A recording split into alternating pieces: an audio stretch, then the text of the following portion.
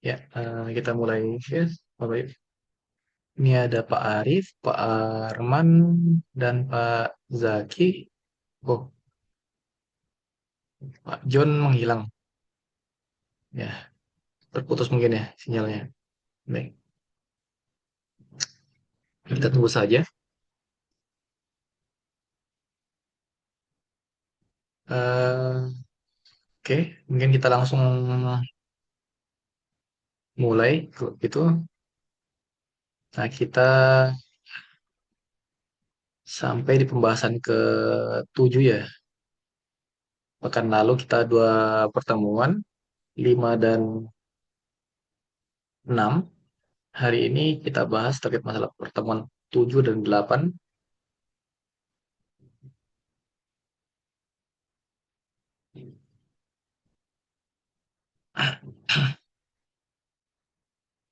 Suara saya jelas tidak ya, Pak? Jelas, Pak. Sebentar. Oh, iya. Sebentar ya, coba.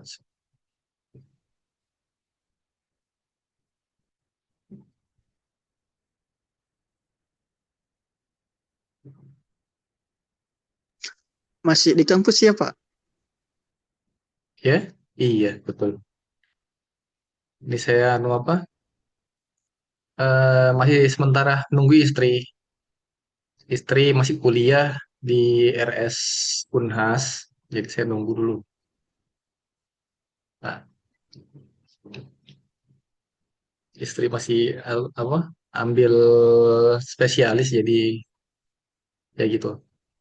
Sambil nunggu selesai kuliah. Siap, Pak. Oke, baik. Ya, kita mulai saja kalau gitu. Sebentar ya. Pertemuan ke-7.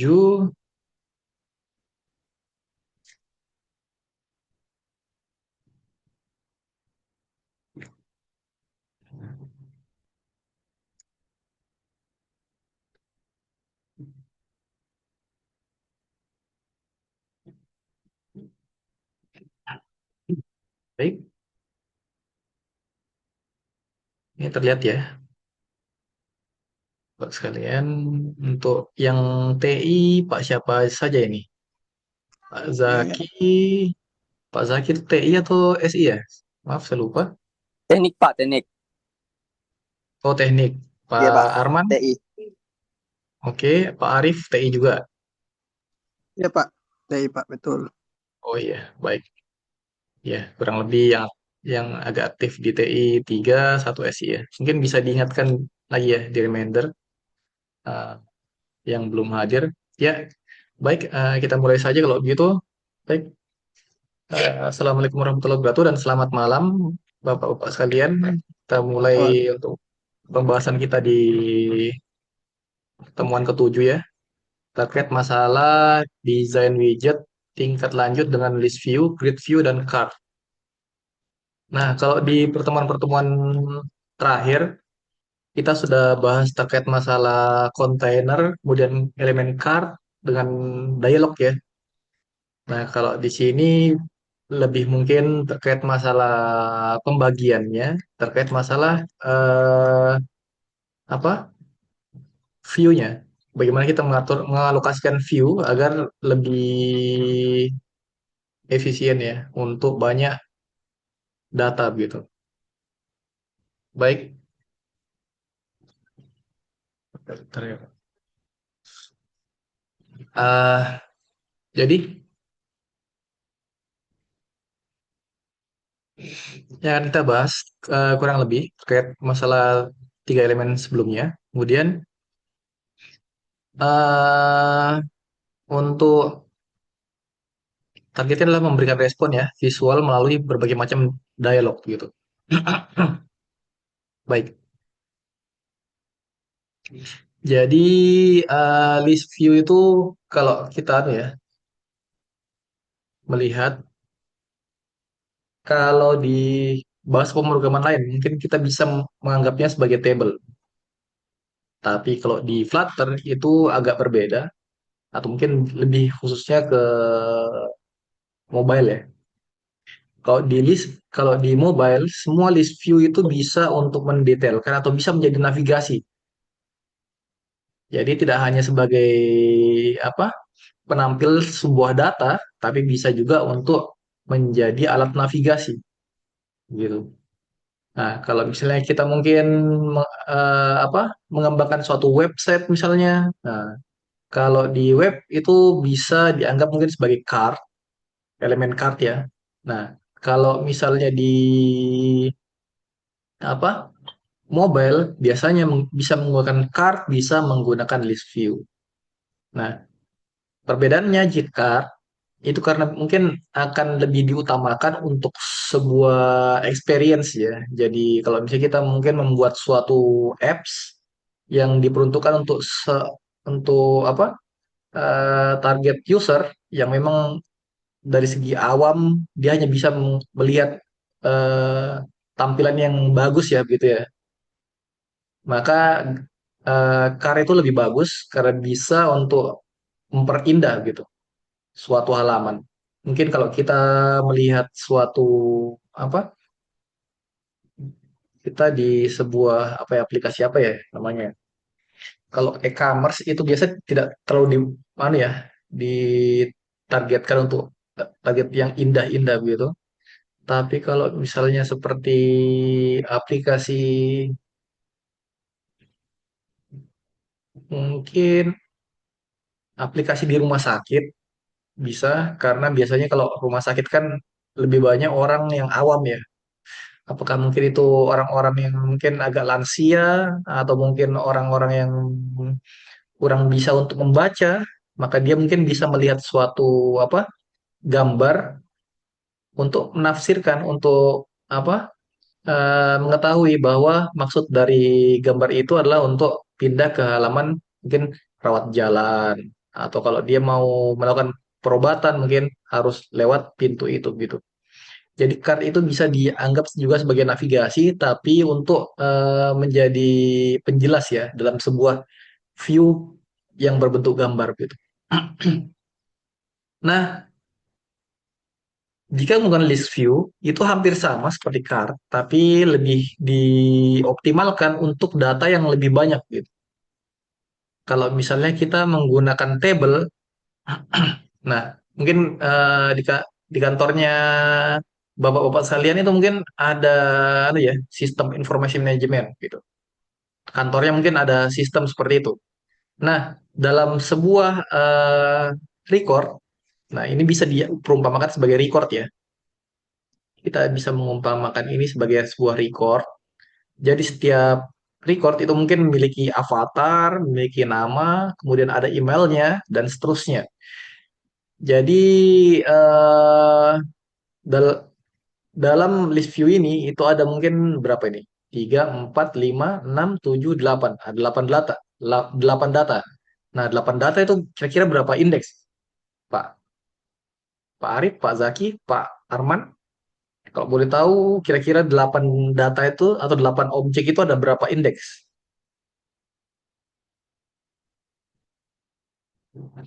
Ini kita Sekitar 6 Pak. mengulang sedikit. Berapa?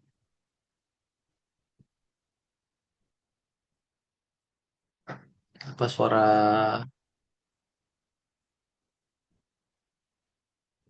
mikrofon, speaker, sudah betul?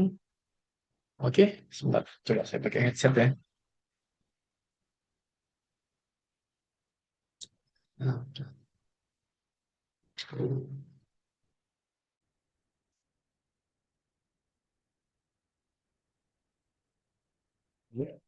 ini kedengarannya. Cek satu. Oke. Eh, nah, kalau bisa kita mengulang mungkin pembahasan matriks gitu. Jadi matriks data itu bisa diperumpamakan sebagai JSON gitu. Jadi kurang lebih dalam implementasi teknik informatika lebih kurang lebih itu implementasi dari matematika ya, seperti aljabar, linear, matriks. Jadi memang kebanyakan matematika implement atau implement math gitu. Jadi memang diperuntukkan untuk mempermudah pekerjaan. Jadi matematika yang memang diarahkan agar mungkin pekerjaan itu lebih efisien. Bagaimana mungkin kita mengalokasikan sebuah data misalnya. Data itu seperti matriks yang dibuat untuk menjadi susunan database gitu. Itu dasar dari database. Kemudian bagaimana untuk membuat apa? Struktur. Kita membuat suatu struktur misalnya dalam apa namanya? eh, Interface juga menggunakan linear. Jadi harus ada ukuran-ukurannya.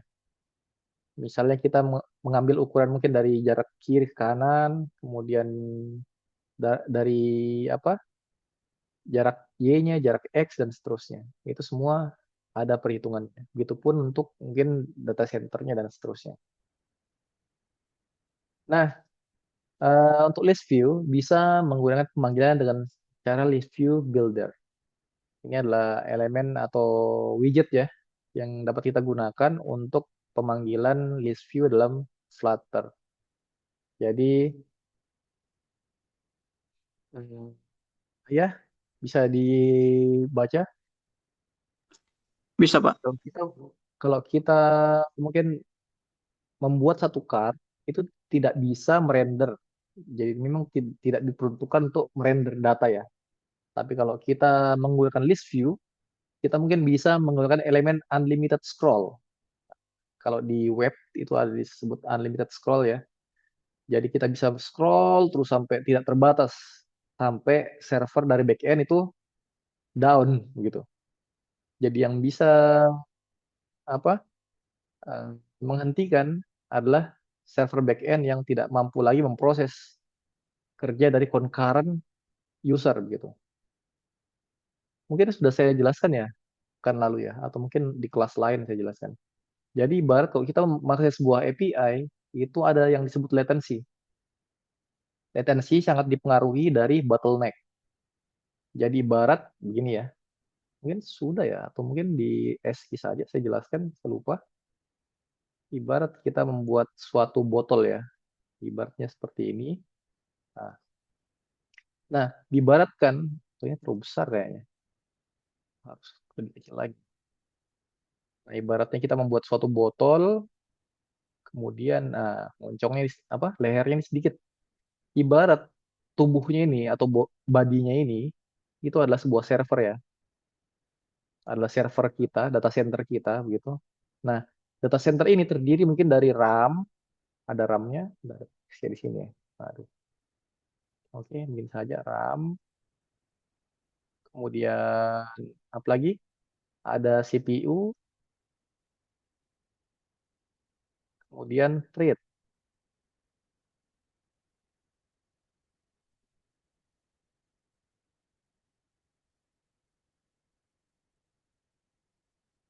RAM, CPU dan thread itu eh, sangat besar ya anunya. Apa? Sangat besar fungsinya untuk optimasi pada apa? Sebuah sinyal koneksi begitu bisa disebut sebagai sinyal komunikasi data. Nah, tapi di sini saya tidak tidak cukup sampai di sini saja ya. Ada elemen ketiga yang disebut apa? Sorry,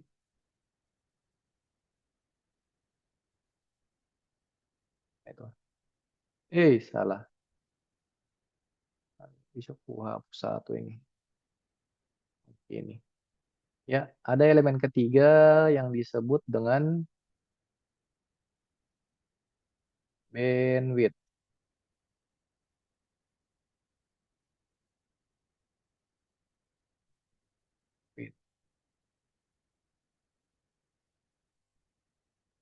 Bandwidth ini adalah kecepatan dari internet ya. Bisa kita bilang mungkin bukan kecepatan sebetulnya. Bisa disebut mungkin eh, apa besaran koneksi yang bisa dilalui dalam sebuah lalu lintas jaringan. Misalnya user A memiliki bandwidth 20 Mbps, kemudian user B punya eh, apa bandwidth mungkin sekitar 80 Mbps. Nah, ini punya kelebihan dan kekurangan tersendiri. Mungkin kalau kelebihannya apa? Mungkin kalau untuk mengakses dia hanya membuka browser kah atau mungkin dia hanya pengguna-penggunaan ya. Dia hanya mengakses sebuah website mungkin tidak terlalu dibutuhkan begitu. Tapi jika fungsinya dia sebagai penyedia apa? Aplikasi misalnya, mungkin penyedia jasa aplikasi atau mungkin dia punya server yang diakses oleh ribuan user, maka bandwidth ini diperlukan gitu. Begitu juga mungkin user itu membutuhkan untuk melakukan download, maka bandwidth itu sangat dibutuhkan. Tapi kalau fungsinya hanya untuk buka browser ke apa yang satu mungkin satu browser mungkin dia akses sekitar 15 Mbps, kemudian image-nya atau asetnya dalam sebuah website itu mungkin hanya sekitar berapa ya, kecil-kecil semua, mungkin sekitar 200 Mbps, kilobyte, kemudian ada yang sampai paling maksimal mungkin 2 mega ya, 2 megabyte. Tapi kebanyakan mungkin dia sudah optimasi yang itu mungkin 20 Mbps tadi bisa untuk optimal untuk mengakses website itu. Nah, jadi itu tidak terlalu tidak terlalu signifikan bila user menggunakan 20 Mbps tadi. Tapi kalau 20 Mbps digunakan oleh server ini yang mungkin yang apa satu akses web itu sekitar 15 megabyte tadi, kemudian diakses oleh 100 user. Apa yang terjadi? Maka maka mungkin kalau dengan 20 Mbps server ini itu sudah latensinya semakin tinggi yang menyebabkan kelambatan dari sisi aksesnya yang disebut latensi tadi. Begitu. Maka mungkin yang akan harus ditambah adalah bandwidth-nya tadi. Harus diperbesar ya, ibarat kita membesarkan lalu lintas jaringannya begitu. Nah, itu fungsinya dari bandwidth. Kemudian ada RAM, CPU dan thread. RAM, CPU, thread ini bisa di apa? Gunakan sebagai alat render. Kalau kita mungkin punya teknologi yang lebih modern seperti sekarang, mungkin dalam satu kali akses bisa sampai 1000 concurrent gitu. Nah, 1000 concurrent ini tidak bisa ya kalau dengan website ya. Mungkin kalau misalnya dengan website microservice itu bisa. Nah, ini bedanya antara web dan microservice. Aduh, saya tidak ya, juga web kemudian microservice. Microservice.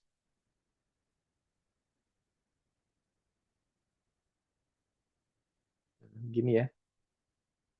Kalau web mungkin satu kali orang satu kali mengakses mungkin bisa sampai 15 berapa ya? Bisa sampai ya kurang lebih 10 sampai 15 Mbps ya, megabyte. Bukan Mbps tapi megabyte. Kemudian microservice ini ya namanya microservice ya. Itu adalah mikro dari sebuah web. Makanya mungkin bisa dikatakan dia hanya butiran-butiran dari web. Mungkin karena dia hanya menampilkan data dalam bentuk JSON, dia hanya menampilkan mungkin sekitar 200 kilobyte. Ini biasanya yang akan ditampilkan dari microservice. Mungkin eh, semua sudah sedikit mempelajari ya terkait microservice. Mungkin di kelas lain, kalau tidak salah di semester 6 juga itu ada terkait masalah microservice. Cuma microservice di Makassar itu masih baru kayaknya. Bukan di Makassar saja kayaknya. Di Jawa juga itu masih baru untuk pembelajaran microservice. Karena eh, banyak terjadi ya terkait masalah mungkin pertasan kemudian apa begitu ya. Nah, microservice juga bisa untuk menjadi apa penguat, bisa menjadi hardening ya, agar jaringan itu lebih secure gitu. Kalau kita mungkin mengakses web bisa terjadi banyak bugs. Apalagi kalau kita mungkin punya banyak apa bagian-bagian dalam sebuah website ya. Mungkin kalau orang itu sudah melakukan login, maka dipindahkan ke modul lain, modul lain. Dia punya banyak modul dalam satu websitenya. Nah, ini yang bisa menjadi celah juga. Tapi kalau dengan menggunakan microservice itu biasanya lebih aman karena biasa microservice akan menjaga kode autentikasi dalam bentuk token. Nah, kalau microservice dia selalu menggunakan token ya dalam pertukaran data. Microservice juga diterapkan dalam mungkin dunia perbankan pada saat ini. Jadi kalau orang mau melakukan transfer, dia digeneratkan kode token yang sementara atau temporary. Kemudian kalau misalnya kalau user tersebut memvalidasi dengan benar, maka akan proses proses transfernya akan berhasil misalnya. Seperti itu ya. Biasanya kalau microservice lebih kepada pertukaran data dalam jumlah yang sangat kecil gitu. Apakah hanya butuh untuk validasi data transfer kah atau mungkin pada saat mau melakukan apa check out pada sebuah e-commerce. Itu kebanyakan sekarang sudah berbasis microservice. Kalau dengan web, kadang website sendiri pun itu masih menggunakan microservice ya dengan model model yang terbaru. Lagi seperti web-web JS sekarang, kebanyakan sudah menggunakan microservice.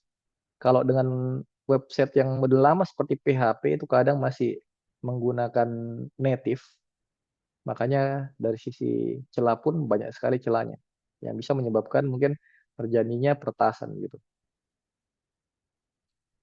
Nah, microservice bagus dari sisi apa namanya? Concurrent ya. Concurrent itu ibaratnya satu satu URL bisa diakses mungkin sampai ribuan atau 1 juta user. Dan ini terjadi pada mungkin seperti Shopee, Tokopedia, kemudian apalagi seperti TikTok, Facebook dan lain-lain.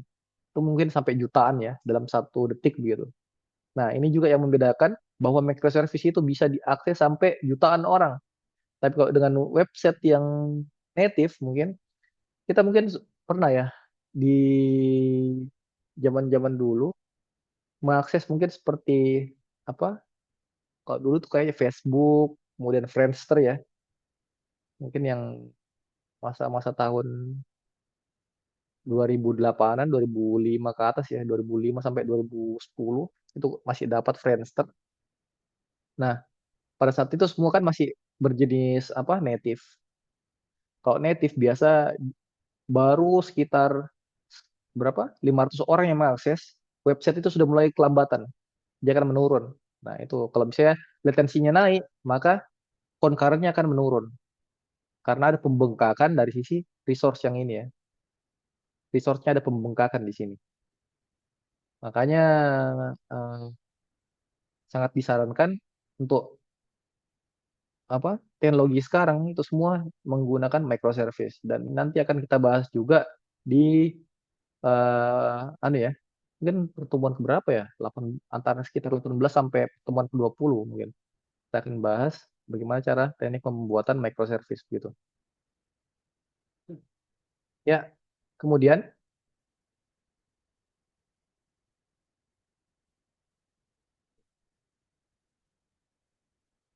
lanjutnya adalah komponen pelengkap. Nah, kalau misalnya dia hanya sebagai anu ya ibarat sebuah label saja.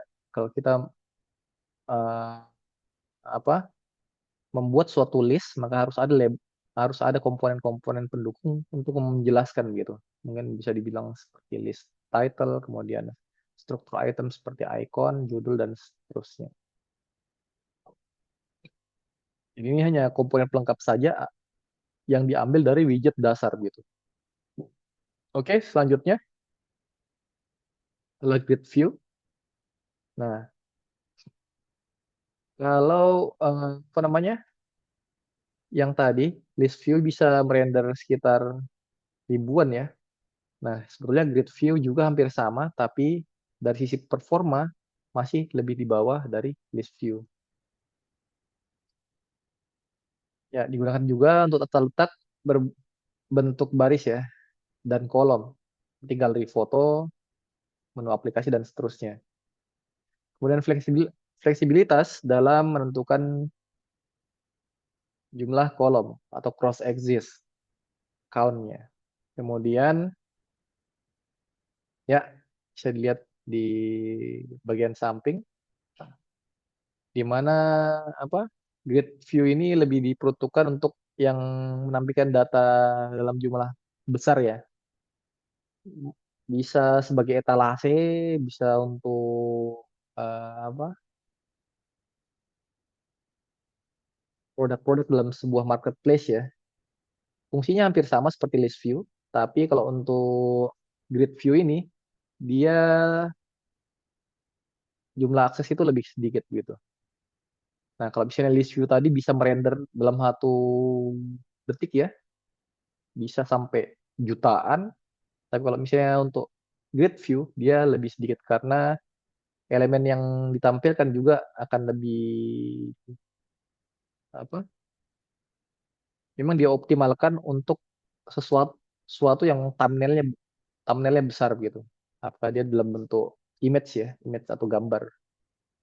Jadi mungkin bisa diperuntukkan untuk etalase. Tapi kalau list view tadi bisa untuk user mungkin kalau kita butuh data data ya yang bisa ditampilkan secara mobile dalam jumlah banyak mungkin 1.000-an sampai jutaan gitu. Maka kita lebih butuh list view. Mungkin kalau misalnya data apa? Data aset kah, kemudian data pemasukan apa? Laba dalam sebuah usaha gitu ya. Itu bisa lebih bagus menggunakan list view kalau kita membutuhkan apa? History berbasisnya history. Tapi kalau misalnya untuk dia butuh detail, lebih bagus dengan menggunakan grid view. Oke. Kemudian selanjutnya card dan dialog. Kita sudah bahas juga di pertemuan sebelumnya terkait masalah card dan dialog. Jadi kurang lebih card itu hanya komponen pelengkap atau widget pelengkap di mana bisa memberikan kesan ya atau kedalaman gitu dalam sebuah konten misalnya. Itu juga untuk dialog. Dia sebagai komponen interaktif. Jadi kalau misalnya mungkin ingin mengambil suatu data, itu lebih bagus menggunakan dialog. Mungkin kalau kita memilih ya sebuah account yang akan diakses untuk sebuah aplikasi, kita harus memilih dengan menggunakan dialog. Kenapa dialog? Biasanya dialog itu menampilkan mungkin seperti akun apa saja yang tertaut dalam device kita. Nah, untuk menampilkan apa atau untuk memilih accountnya kita bisa menggunakan dialog, kemudian nanti akan replace di aplikasi kita atau di satu scene ya nanti yang akan kita ambil dalam satu page gitu. Nah, di sini ada demo di mana untuk membuat ya apa list view tadi. Oh ya, mungkin untuk pertemuan kita ya eh, kelas TI, kelas SI mungkin tiap 7 kali pertemuan kita lakukan apa? Ya normalnya kita akan melakukan ya respon ya. Tapi untuk mengoptimalkan mungkin Bapak-bapak sekalian bisa membuat video record seperti tugas pertama kita gitu. Jadi kita menjelaskan dari pertemuan ke-7 apa yang kita sudah buat dalam eh, proyek kita. Atau mungkin kita dalam pertemuan 5 kita sudah membuat ini. Nanti bisa dijelaskan detailnya, kemudian bagaimana cara membuatnya, nested scaffoldnya, kemudian bagaimana logiknya dibuat dalam source code itu dan seterusnya. Nanti bisa dijelaskan di situ ya. Itu untuk sebagai anu saja pilihan Bapak Ibu sekalian. Karena namanya perkuliahan ya harus ada 2 arah. Jadi kita harus selalu respon gitu. Nanti responnya akan saya permudah dengan Bapak Ibu sekalian membuat video record. Jadi saya tidak perlu langsung menanyakan ya. Jadi nanti kalau untuk bagian final baru saya mungkin perlu satu-satu gitu. Tapi kalau untuk tugas bisa membuat video record seperti YouTube gitu ya. Nanti terkait masalah apa? Viral mungkin bisa saya lagi, pikirkan lagi. Cuma untuk tugas kita membuat seperti itu saja dulu. Karena kalau misalnya direspons satu persatu ya, agak agak sulit. Jadi mungkin dibuat saja video record, nanti saya tinggal menilai pemahaman Bapak Ibu sekalian sudah sampai mana begitu. Jadi pahami ya.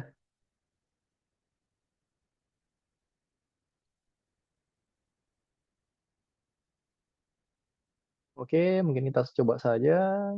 Bentar, kita stop dulu untuk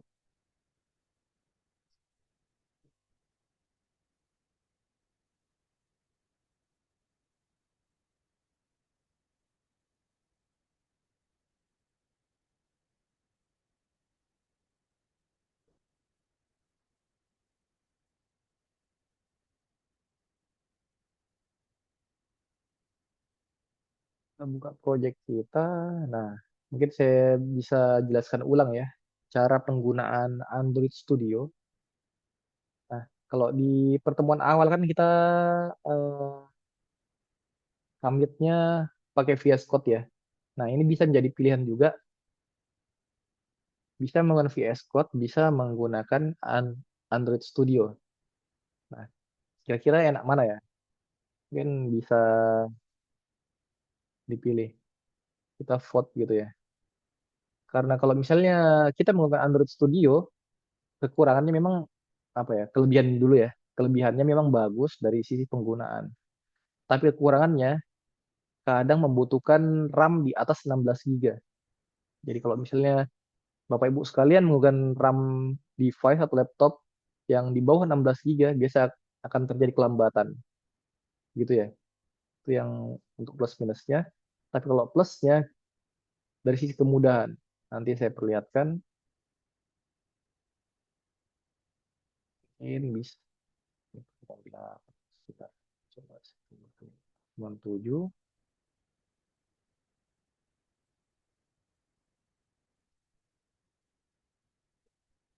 Nah, di sini kan sudah anu ya. Oh, pertemuan 5 ya.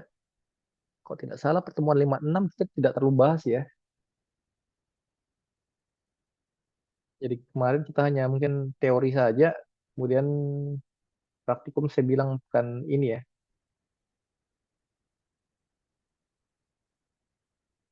Oke. Nah, kalau kita menggunakan ini ya, semua.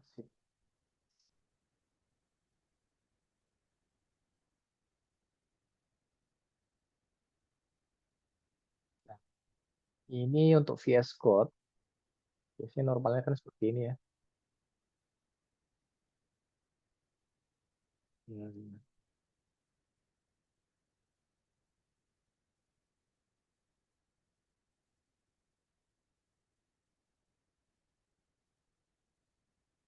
Nah, biasanya normalnya layarnya hitam. Oke, kita putihkan lagi supaya lebih gampang ya lihatnya. Nah, kalau untuk membuat project di apa VS Code itu gampang sekali. Kita cuma masukkan Ctrl Shift P, Ctrl Shift P, kemudian ketik dengan Flutter, lalu pilih New Project ya ini ya, New Project. Jadi pilih yang New Project, lalu Enter, kemudian pilih Application. Nah, setelah itu kita pilih di mana kita akan membuat project tersebut. Kita berada di folder misalnya PMLP yang artinya pemrograman mobile lintas platform ya. Nah, di sini kita membuat direktori utamanya yang nanti menyimpan proyek-proyek kita dari proyek pertama sampai proyek terakhir. Ini kita buat dengan nama uh, app 5 misalnya. App 5, kemudian nanti ya, di sini kan hanya satu ya. Dia akan tergenerate yang mengambil dari repository, ini sudah banyak, sudah bertambah. Nah, kelebihannya di VS Code selalu update ya.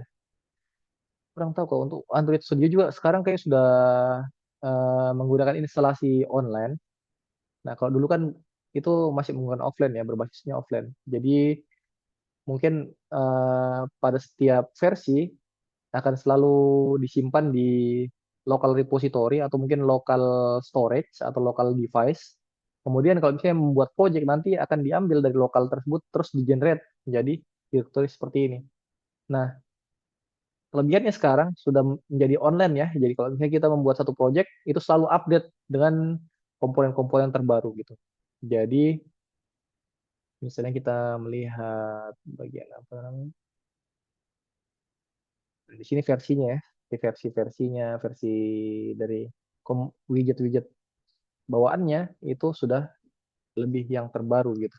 Karena dia pembuatan proyeknya online. Nah, untuk pembuatan online sendiri itu tidak terlalu besar ya. Bisa kurang lebih 1 sampai 10 MB saja untuk package data dasar. Biasanya kalau misalnya akan lebih besar jika ada penambahan aset seperti mungkin foto atau mungkin gambar dalam sebuah apa buttonnya yang tadi saya sampaikan dalam apa materi ada button atau ada card yang didesain layoutnya itu agar memperindah maka kita membutuhkan aset yang yaitu adalah sebuah gambar ya bisa juga mungkin seperti music untuk menjadi apa kalau misalnya salah tekan kah atau apa gitu bisa menjadi pengingat ya bisa ditambahkan biasa yang seperti seperti itu justru akan memperberat aplikasi dan kalau untuk dasarnya itu tidak terlalu ya. Nah, itu bisa diakali juga sebetulnya dengan menggunakan aset yang apa berbasis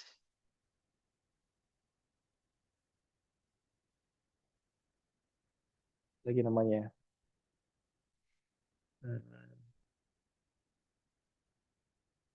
Cloudflare, Cloudflare ya.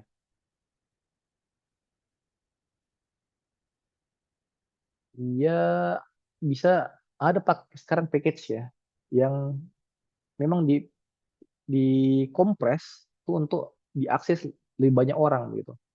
Nah, sebetulnya asetnya sama, tapi memang diperuntukkan agar lebih banyak orang yang bisa mengakses itu secara efisien. Kalau misalnya dengan package aslinya mungkin sekitar 2 MB, kalau sudah dimasukkan dalam server repository itu, maka akan menjadi sekitar 100 atau mungkin 75 kbps. 75 KB hingga mungkin sekitar 200 atau 300 ya, 300 kbps. Itu lumayan kecil sekali. Mungkin bisa dianggap seper per 10-nya ya, atau mungkin seper 20, kurang lebih seperti itu. Dan itu cukup optimal kalau kita membuat suatu aplikasi. Mungkin bisa memanfaatkan seperti itu. CDN namanya. Konten apa ya? Saya lupa kepanjangannya. Yang penting namanya CDN. Jadi dia dimasukkan dalam server repository. Yang server repository itu dia akan menyesuaikan.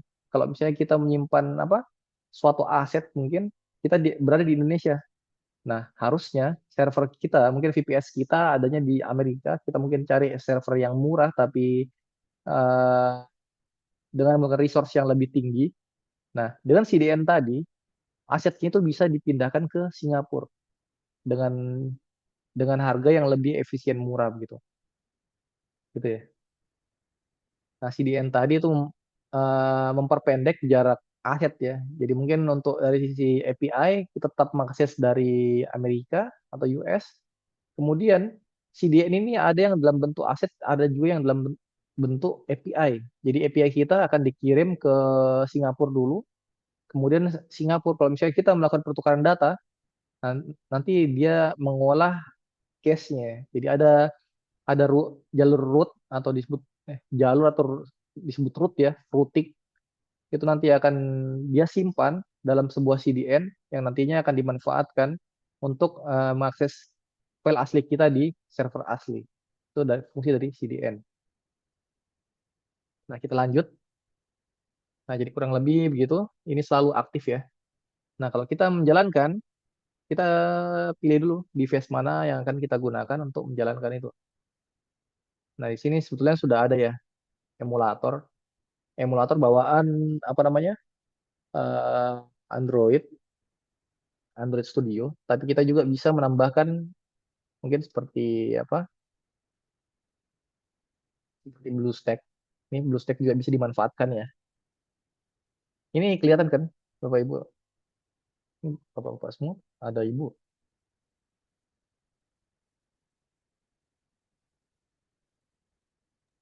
Kayaknya Pak belum. Kita bisa menggunakan BlueStack seperti ini itu mempermudah ya. Mungkin kelebihannya BlueStack itu lebih ringan kalau daripada kita menggunakan mungkin seperti apa Android bawaan dari Android Studio.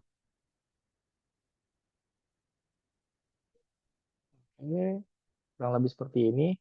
Hanya kekurangannya dia tidak bisa dijalankan di eh, Android Studio ya. Jadi preview tidak bisa dilihat kecuali kalau kita menyambungkan device kita seperti HP kita, kita sambungkan dengan mode ADB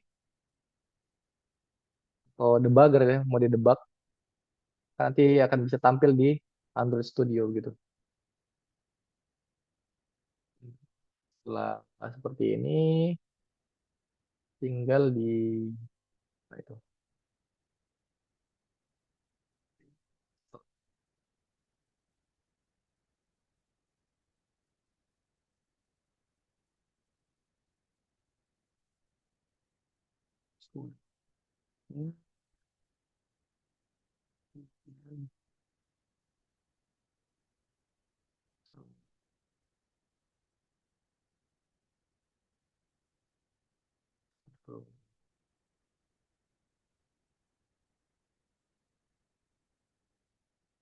Terminal. Yang ini saya buka terminal kelihatan ya. ADB, ya, ADB, start, sudah muncul. Nah, jadi kalau misalnya emulatornya sudah terlihat, kita bisa restart dengan cara tadi, ADB-nya kita kill dulu terus jalankan lagi. Nah, ini sudah mengarah ke apa tadi? Ke BlueStack, tinggal kita run saja tombol run-nya. Oh ya, salah. Harus masuk ke lib dulu ya. Nah, ini folder utama yang kita gunakan untuk menjalankan aplikasi. Kemudian kita langsung start debugging.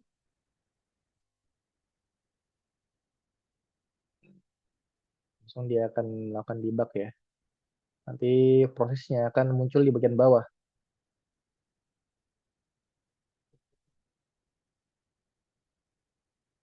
Gitu ya.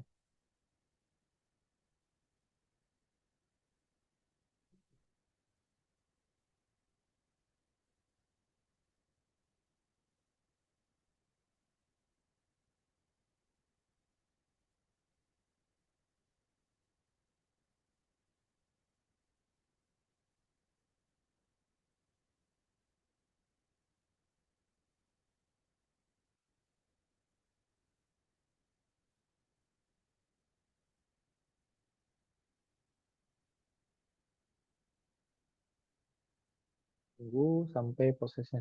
Apa ini? Oh iya, sudah selesai. Nah, otomatis dia akan menjalan seperti ini ya. Jadi aplikasi dasarnya, kalau kita sudah menyesal, ya kurang lebih hanya count saja.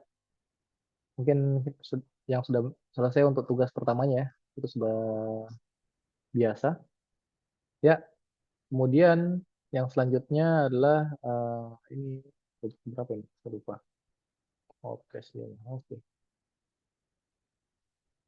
Kita pindah ke yang oh ya, sorry, saya belum menjelaskan juga untuk Android Studio ya. Jadi kalau kita menggunakan Android Studio misalnya, nah di sini ada running device. Kemudian ada device manager. Device manager kita bisa melihat apa eh, tadi BlueStack itu berjalan, tapi tidak bisa ditampilkan di layar ini. Itu kekurangannya. Nah, kalau mau menampilkan eh, running device harus menggunakan mungkin perangkat asli ya, yang memang lisensinya resmi, mungkin seperti HP Samsung kah, atau mungkin HP-HP yang memang diberi standarisasi ya, maka dia akan bisa tampil di bagian sini. Tapi dalam mode debug, kekurangannya kalau sudah mulai debug itu kita tidak bisa melakukan transfer ya. Kadang ada apa aplikasi perbankan yang tidak bisa kita buka kalau HP kita dalam bentuk mode debug gitu. Jadi itu kekurangannya. Jadi kalau misalnya ingin enak, sebaiknya memang menggunakan emulator ya. Tapi kalau misalnya punya RAM yang agak mumpuni, bisa menggunakan emulator bawaan dari Android Studio gitu. Kita coba saja ya pakai emulator bawaan. Kita open saja emulatornya. Nanti kalau emulator bawaan atau mungkin device device kita ya, itu akan muncul seperti ini. Nah, kalau orang yang memang butuh ya untuk pengembangan aplikasi mobile, itu sangat diperlukan sekali bisa live seperti ini.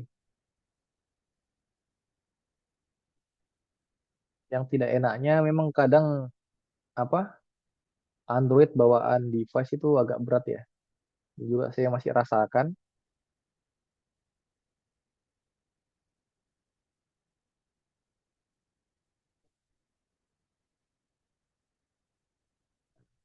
Jadi masih agak berat sekali dia.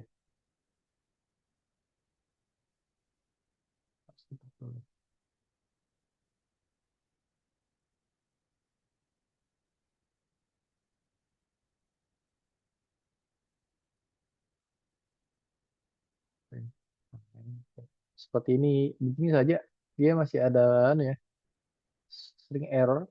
Makanya kadang saya agak menghindari penggunaan emulator bawaan Android Studio.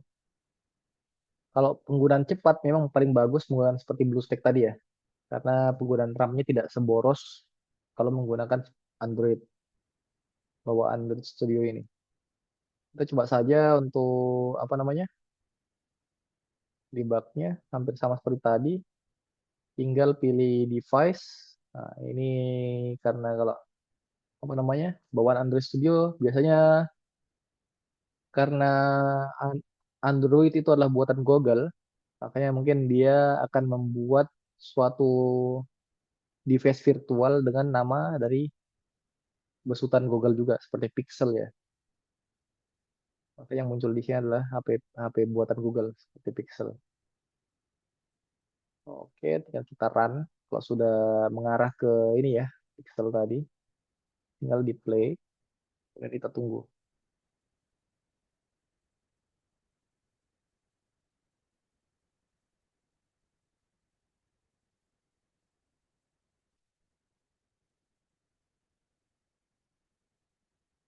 Oke, ini ya, hampir sama ya.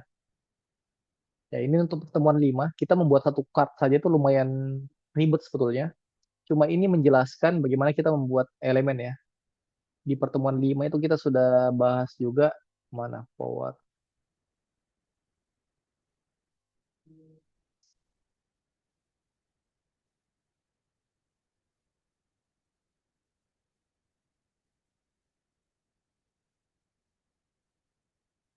Oke, agak kesulitan Pak John ya.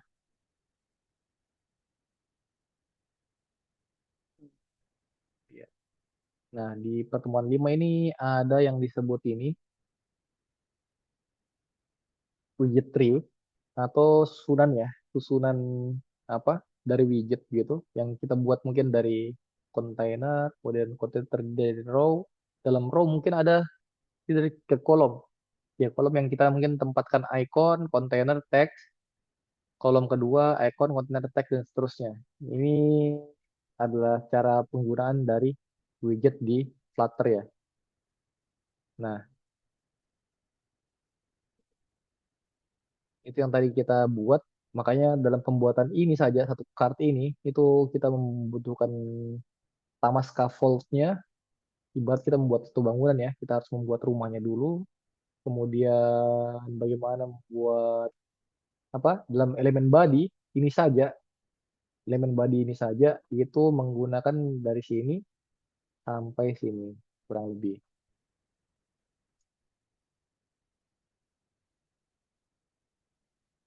Iya. Oke, kemudian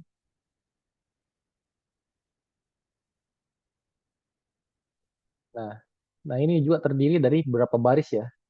Baris pertama itu adalah yang ini dari foto, kemudian namanya Andi Baco, kemudian kampusnya di mana, kemudian untuk bagian baris kedua, nih ya, baris kedua adalah bagian yang ini semester 2 teknik informatika, semester 6 teknik informatika. Itu untuk bagian keduanya. Dia lebih ke dalam ya. Jadi untuk elemen pertama kurang lebih dari sini ke sini. Nah, ini ada dua elemen, children. Kemudian kita membuat size box. Kemudian ada bagian apa namanya? eh, Border radiusnya berapa.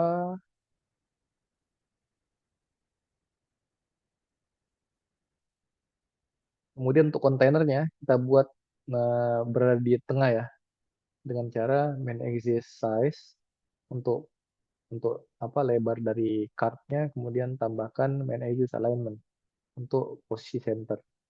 Ya, kurang lebih seperti itu. Selanjutnya untuk pertemuan 6, saya kurang tahu sudah kita bahas belum ya? Belum ya? Hmm,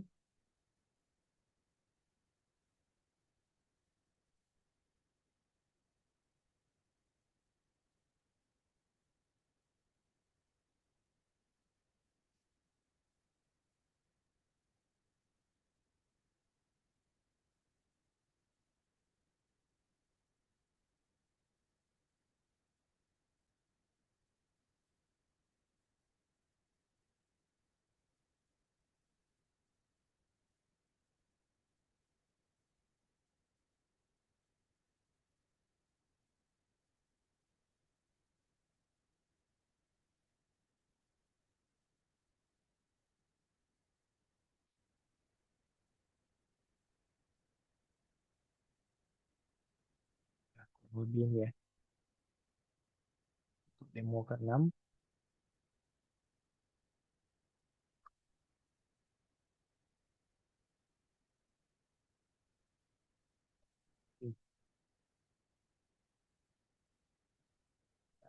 dulu. Ya nanti siapa mahasiswa sekalian nanti diketik ya, nanti dipindahkan ke projectnya, terus nanti responsnya bisa dalam bentuk seperti tadi saya katakan. Dia seperti tugas pertama bisa dimulai dari greetings dulu, kemudian nah, pembukaan, introduction, bahwa kita apa menjelaskan untuk tugas apa, kemudian nanti isi kontennya baru menjelaskan. Nah bisa setelah mau bicara apa bebas atau mungkin kalau record kan gampang ya, bisa diulang-ulang, bisa sekalian di review juga, review sendiri apakah sudah tepat atau tidak. Nanti kalau sudah tepat bisa langsung diupload terus dikumpul di Flown dari sebelumnya. Dan kurang lebih tugas kita nanti seperti itu ya. Jadi setiap 7 kali pertemuan, misalnya kita kita start dari pertemuan kelima ya. Di pertemuan kelima, 6, 7, 8 sampai 12. Kemudian setelah pertemuan 12, kurang lebih 7 pertemuan lagi sampai pertemuan ke 19. Nah, setelah 19 sampai 25, itu kurang lebih 6 pertemuan saja. Di Biasanya untuk pertemuan pertemuan terakhir itu agak panjang dari sisi shortcode-nya. Jadi nanti bisa mengikuti saja untuk penjelasannya. Karena biasanya pada pertemuan-pertemuan terakhir itu ada pembuatan REST API tadi yang saya sampaikan ya cara pembuatan microservice-nya bagaimana, pembuatan state manajemennya bagaimana, dan bagaimana untuk scaffold-nya yang tadi modelnya. Ibarat dia sebagai view-nya akan terlihat seperti apa itu dari scaffold, nanti bisa dijelaskan gitu. Oke, yang 6 ya.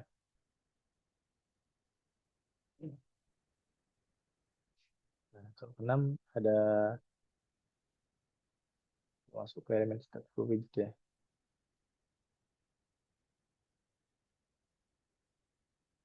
Nah, tadi kurang lebih seperti ini. Jadi kita butuh dua bagian ya. Kita menggunakan dua atribut dari text field, kemudian tambah satu elevated buttonnya.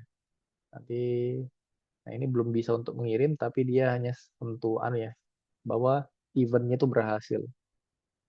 Dia akan memproses eventnya. Oke, mungkin seperti itu saja. Silakan kalau ada yang ingin ditanyakan. Ini masih 6 ya? 6, 7. Post berarti terakhir 7. Atau mungkin kita di pertemuan berikutnya saja ya, nanti malam. Jadi mulai kita mulai 2022 ya, gitu ya untuk pertemuan selanjutnya. Oh ya, sorry, saya belum siapkan untuk apa namanya?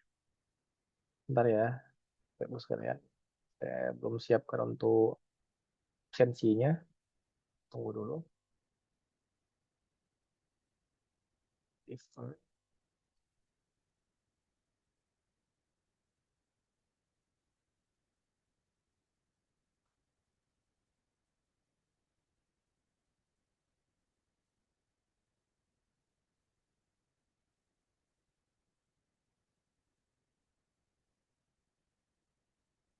Nah, John, tidak apa-apa, John. Nanti jika agak kesulitan, nanti bisa dilihat ya recordnya. Memang uh, Iya, iya Pak. beberapa daerah-daerah. Ini nggak bisa absen juga mungkin nanti Bang absen. Nah, Iya betul Pak. Nanti bisa menyesuaikan saja. Nah, siapa? Makasih Pak. nanti absensi dulu saja ya Pak John ya. Yang penting. Kemudian nanti tugasnya yang saya jelaskan sebelumnya bisa dipersiapkan juga Pak John. Nanti kurang lebih nanti di pertemuan 12 saya open lagi untuk apa? Submit tugas kedua ya. Jadi nanti kurang lebih tugas kita ada 4, 3 untuk pertemuan 5 sampai 25. Kemudian untuk tugas pertama misalnya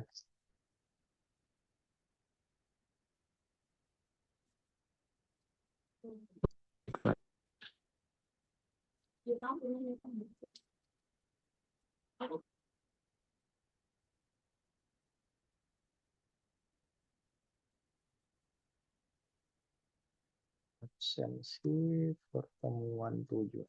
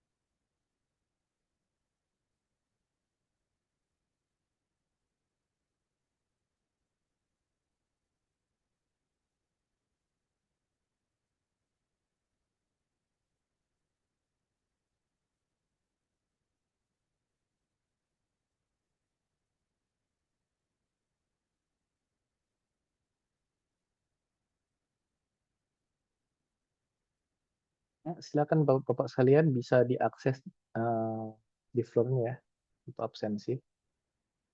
Saya buka sampai 2010. Oke, mungkin cukup sekian ya. Mungkin kita bisa lanjut di pertemuan paralelnya, kurang lebih 2020. Untuk kelasnya sama di SI dan juga TI, T dan T dan S, PML ya. Oke, mungkin seperti itu saja. Terima kasih. Selamat malam. Wassalamualaikum warahmatullahi wabarakatuh. Waalaikumsalam. Terima kasih, Pak. Esto,